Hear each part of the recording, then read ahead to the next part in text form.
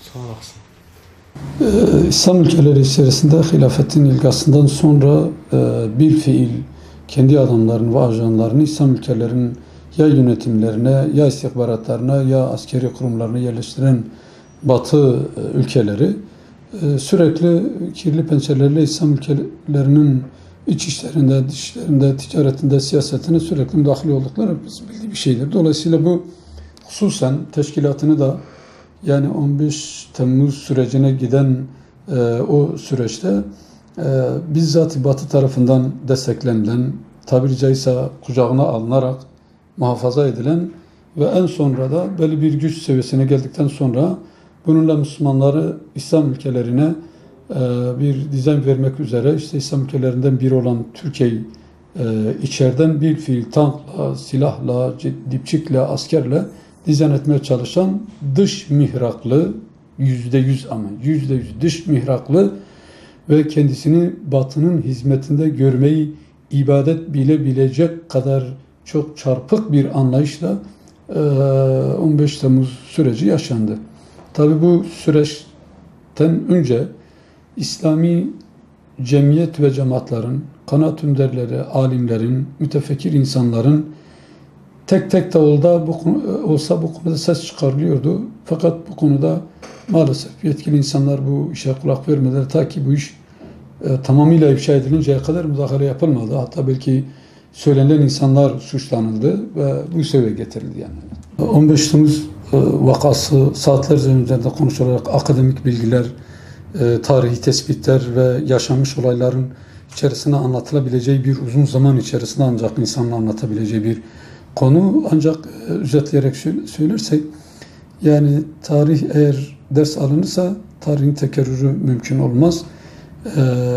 15 Temmuz sürecine gelmeden önceki İslami camiaların bunun altyapısını oluşturmaya çalıştığı günlerde gösterdikleri refleksler ve ciddi manada karşıt bir görüş serdedilmemiş olsaydı 15 Temmuz muvaffak olurdu. Çünkü halk içerisinde bu gruba karşı yani sol kesim, daha doğrusu şöyle diyelim, Amerikan ve İsrail'in güdümünde çalışan İslam ülkelerindeki tüm bu güçler birleşerek her ülke dizayn vermeye çalıştılar. Türkiye'yi de bunlar içerisine aldılar. Fakat muvaffak olamamaların sebebi Türkiye'de özellikle birçok İslami camia bu gruba karşı farkındalık oluşturdular. Halk içerisinde bunun büyük bir tehlike olduğunu, ancak hükümetle olan irtibatları sebebiyle bunu seslendiren cemaatler, cemiyetler, tarikatlar, İslami sivil yapılar hükümetle olan ortaklığı sebebiyle, İslami bir iktidar olması hasebiyle de hükümetle olan irtibatları sebebiyle bunu bir türlü anlatamadılar. Ama mesela Mısır'da da aynı güç, başka ülkelerde de ülkeleri karıştıranlar, Suriye'yi, Irak'ı karıştıranlar, Suriye'yi karıştıranlar aynı güç. Ama Türkiye'de muvaffak olamamalarının sebebi birçok sebep olabilir. Bana göre en büyük sebep İslam alimleri, bölge alimleri bu insanlara karşı hiç prim vermediler.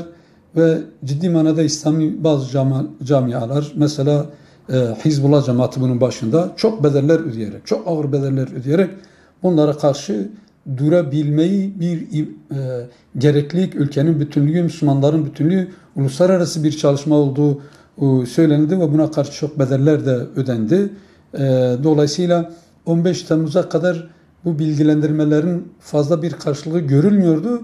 Ama 15 Temmuz teşebbüsü yapıldıktan sonra halktaki bu bilgi demek ki doğruymuş diyerekten halk sokaklara döküldü ve halk önledi yani bunu. Evet. Öyle ne gibi tedbirler alması lazımdan daha çok FETÖ'nün en çok hedef aldığı kitle şüphesiz ki Hizbullah cemaatidir. Niye? Çünkü her iki örgüt yani PKK ve FETÖ'nün İsrail ve Amerikan tarafından destek aldığı o gün en çok dillendiren cemaat, teşkilat bunlardı. Ve bunlar ülke çapında çok ciddi, temelli, böyle büyük sıkıntılar karşısında bile direnebilecek bir yapıya sahip olmaları sebebiyle FETÖ bunların üzerine gidiyordu. Yoksa FETÖ sadece onlar üzerine değil, aynı zamanda birçok İslami camianın üzerine, mesela siyasi partiler, İslami siyasi partilerin kapatılmasında büyük bir rol oynadıklarını, diğer Risale talebelerinden bazı grupların üzerine gittiklerini, kısacası onlar kim İsrail ve Amerikan karşıtı bu ülkede İslam dininin, İslam inancının, bu halkın inancının halk içerisinde hakim olmasının gerekli olduğuna dair plan yapan tüm kuruluşlara karşı bunlar aktiftiler.